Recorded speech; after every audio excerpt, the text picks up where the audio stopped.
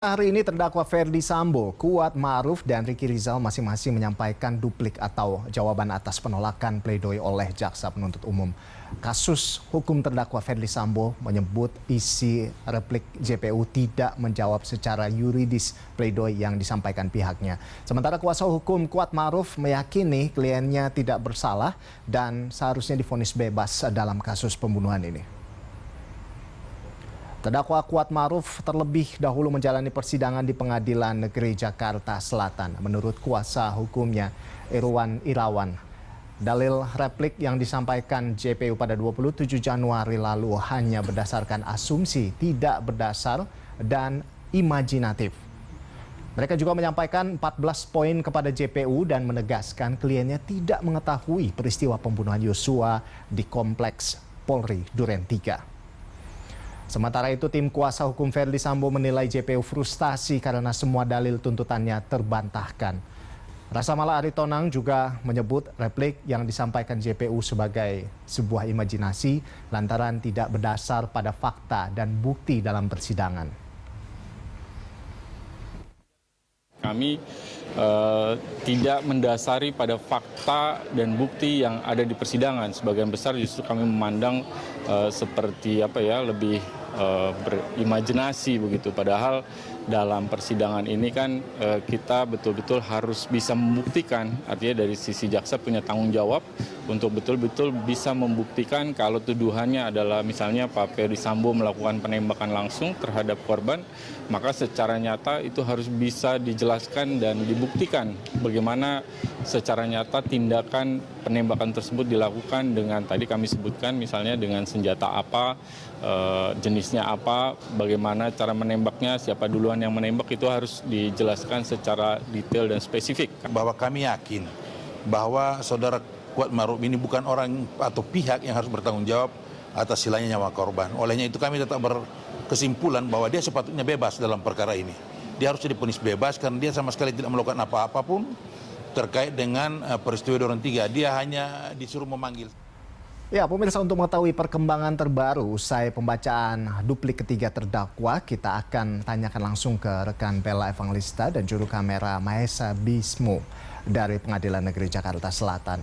Ya, selamat sore Bella. Apakah sidang duplik terdakwa Ricky Rizal masih berlangsung saat ini dan apa saja poin-poin yang disampaikan tim kuasa hukum?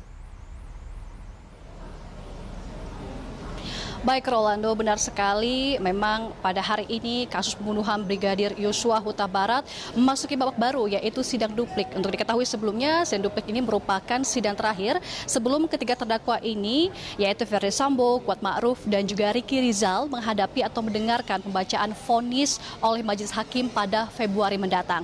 Benar sekali seperti Anda sampaikan tadi, untuk terdakwa Kuat Ma'ruf dan juga Ferdy Sambo baru saja mengikuti sidang duplik pada pagi hari ini. Dilanjutkan pada saat ini sidang duplik untuk terdakwa Ricky Rizal atau RR. Ada beberapa hal yang menjadi poin penting dalam sidang duplik RR hari ini, yang pada intinya tim kuasa hukum dari RR menolak replik yang disampaikan oleh JPU karena ada beberapa poin.